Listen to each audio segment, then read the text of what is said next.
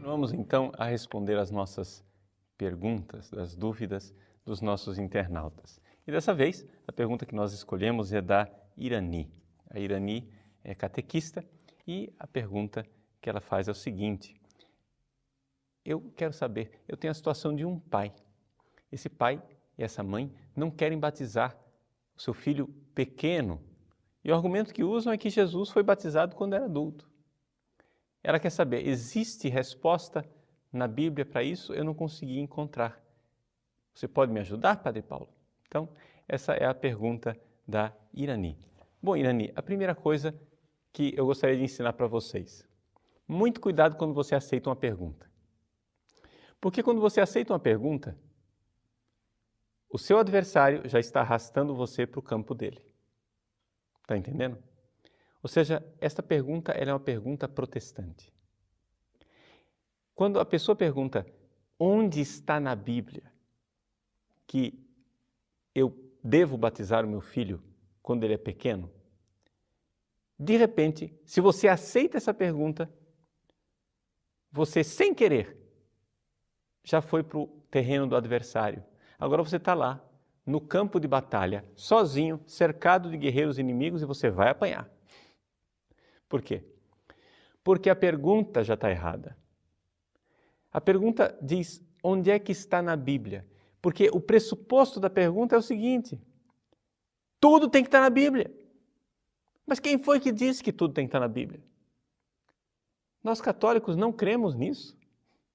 Nós católicos cremos, veja só, que a Bíblia é muito importante. A Bíblia é a palavra de Deus, ela precisa ser estudada e eu tenho um apreço enorme pela palavra de Deus e pela Bíblia.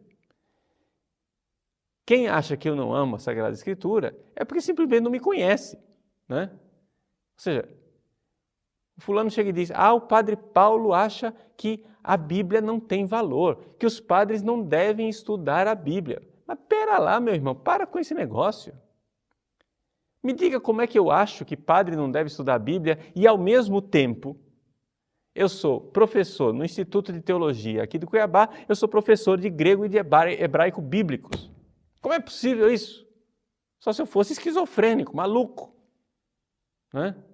Eu não posso ser professor de grego e hebraico, de Bíblia, de línguas antigas e dizer que padre não precisa estudar a Bíblia. Agora, uma coisa é dizer que a Bíblia é valiosa, como a exortação apostólica do Papa Bento XVI, a Verbum Domini, que é um dom precioso para a Igreja de Deus. Muito bem, uma coisa é dizer que a Bíblia é importantíssima. Outra coisa é nós acharmos que a Bíblia é uma caixinha de resposta que tem que ter resposta para tudo, porque não é assim. Então, em primeiro lugar, a Igreja já batizava as crianças antes que o cânon do Novo Testamento estivesse estabelecido. Deixa eu explicar essa frase. Você sabe que existem 27 livros no Novo Testamento. Esses 27 livros são idênticos com um dos protestantes. Começa com Mateus, termina com Apocalipse. Estamos de acordo. Não tem briga nenhuma sobre os 27 livros do Novo Testamento. Esses 27 livros do Novo Testamento, que estão lá, eles não foram escritos juntos, encadernados, editados, publicados e vendidos ao mesmo tempo. Não. A Igreja, durante 2 séculos, a Igreja viveu num momento de decisão para, inspirada por Deus, sim, porque Deus inspirou os 27 livros do Novo Testamento. Deus inspirava enquanto aqueles apóstolos falavam, mas de nada adiantaria Deus inspirar os apóstolos que falam através dos livros, se Deus não inspirasse a igreja que ouve aqueles livros. Deus inspira quem fala, Deus inspira quem ouve. Então Deus inspirou também os nossos bispos, inspirou também os papas, para discernir quais daqueles livros eram falsos Os livros falsos são chamados de apócrifos, a gente deixa lá na biblioteca, é documento histórico, mas não é palavra de Deus. Enquanto os livros inspirados por Deus são palavra de Deus e são os 27 livros do Novo Testamento. Como que nós temos esses 27 livros? Nós temos porque nós cremos na igreja. É difícil você crer na Bíblia se você não crê antes na igreja. Veja o nosso credo.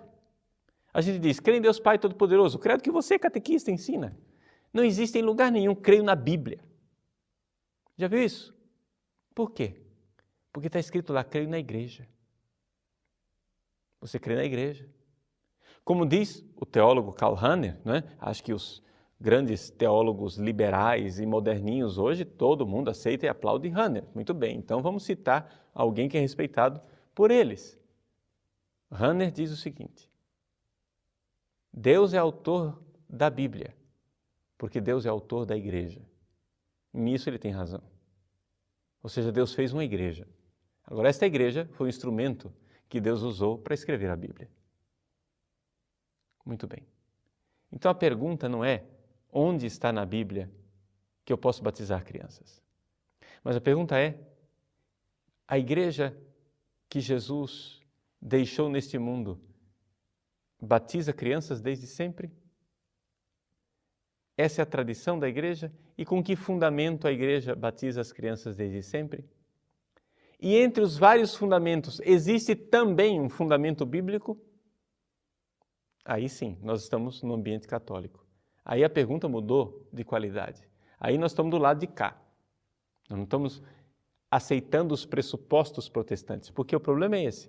Toda vez que você aceita a pergunta protestante, você aceitou um pressuposto férreo deles, que é a chamada sola scriptura de Lutero. E esse pressuposto, para nós católicos, é impossível. Não é somente a Escritura que prova as coisas, mas é a fé da igreja.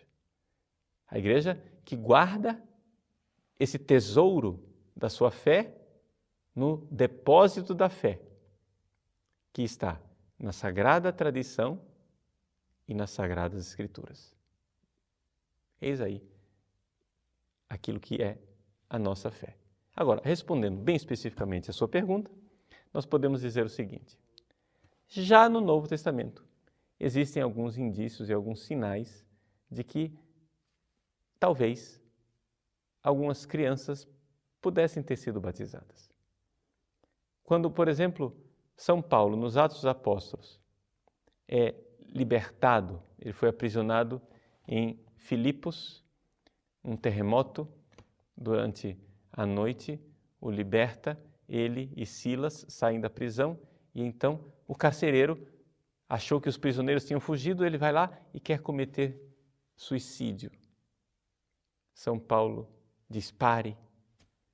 Ele pergunta o que eu devo fazer. São Paulo prega o evangelho, ele crê, é batizado ele e toda a sua família. Pode-se pressupor que toda a sua família tivesse também crianças. Mas isso é só uma pressuposição. Mas veja que a conversão do carcereiro e toda a sua família indica um princípio muito importante e interessante da sociedade antiga. Quando o pater familias, o pai da família, se convertia, geralmente a família inteira se convertia. E aqui, então, nós vemos atestado na Bíblia uma prática da igreja. Ou seja, havia dois tipos de conversões naquela época. As conversões de pessoas individuais e as conversões de famílias inteiras. Ora, uma vez que uma família inteira se converteu, aí nós temos então o pressuposto para aquilo que nós temos hoje, que é famílias católicas terminam com filhos católicos, batizando seus filhos desde cedo. E por que não havia tantos batismos de criança no início do cristianismo? Por uma razão muito simples. Não havia famílias católicas, não é? Para você ter batismo de criança, você tem que ter família católica. Daqui nós temos também uma outra realidade, que é o seguinte, a igreja, ela acolhe estas crianças e batiza essas crianças na fé da igreja. Por isso que a igreja também instituiu o ministério do padrinho e da madrinha. Porque teoricamente, sei que isso depois na prática, infelizmente, não acontece, mas teoricamente, se o pai e a mãe da criança não quisessem educar a criança na fé católica, a igreja se dispõe a indicar um padrinho ou uma madrinha que sejam responsáveis pela educação católica daquela criança. E isso é tão verdade que o Código de Direito Canônico hoje nos diz que se você quiser batizar uma criança, mas o pai e a mãe simplesmente não tiverem fé católica, mas só consentirem, você pode batizar, se houver esperança de que esta criança seja educada na fé católica. Então, por que é que Jesus foi batizado adulto? Bom, aqui nós estamos diante de outro problema. O batismo de Jesus não é igual ao nosso batismo. O batismo de Jesus foi ao mesmo tempo mais do que o nosso batismo e ao mesmo tempo menos do que o nosso batismo. Ele foi menos do que o nosso batismo, porque aquele lá era o batismo de João, um batismo que era só para penitência, para conversão, mas não tornava as pessoas filhos de Deus. Por isso o batismo de João era menos do que o nosso. E o batismo de Jesus foi mais do que o nosso, porque ali Jesus recebeu uma unção especial e uma efusão do Espírito Santo, que foi derramada sobre ele de uma forma extraordinária, muito maior do que a unção que nós recebemos. Então o batismo de Jesus é algo muito especial. Jesus não é o parâmetro para isso. O que nós precisamos olhar é a praxis da igreja. Jesus disse que não abandonaria a sua igreja. Eis que estarei convosco todos os dias até o fim dos tempos. Então ele não vai nos abandonar. Ele está com a sua igreja. E a igreja que pratica a mesma coisa há 2000 anos, das duas uma. Ou ela errou numa matéria muito grave, como é o batismo, e Jesus a abandonou, ou então ela é a igreja verdadeira e continua fazendo aquilo que Jesus quer que ela faça. Como Jesus é fiel a si mesmo e ele não pode se trair, eu acho que ele não abandonou a igreja. Não somente acho, tenho certeza. Por isso, vamos seguir aquele versículo do Evangelho, onde o próprio Jesus diz: deixai vir a mim as criancinhas. Que o batismo das nossas crianças seja isto. Nós temos convicção e fé católica que quando batizamos uma criança, nós estamos arrancando essa criança das mãos da escravidão, do pecado e de Satanás, entregando nas mãos de Deus, fazendo dela um filho de Deus, uma filha de Deus. Alguém que antes era só criatura escravizada pelo pecado original, agora se torna filho de Deus. Veja, se você tem consciência da condição terrível que é não ser batizado, você então tem pressa de batizar. Os protestantes, na verdade, eles não têm pressa de batizar, por quê? Porque para eles o batismo é uma coisa simbólica, uma tomada de consciência, o batismo não faz nada. Mas nós católicos não cremos nisso.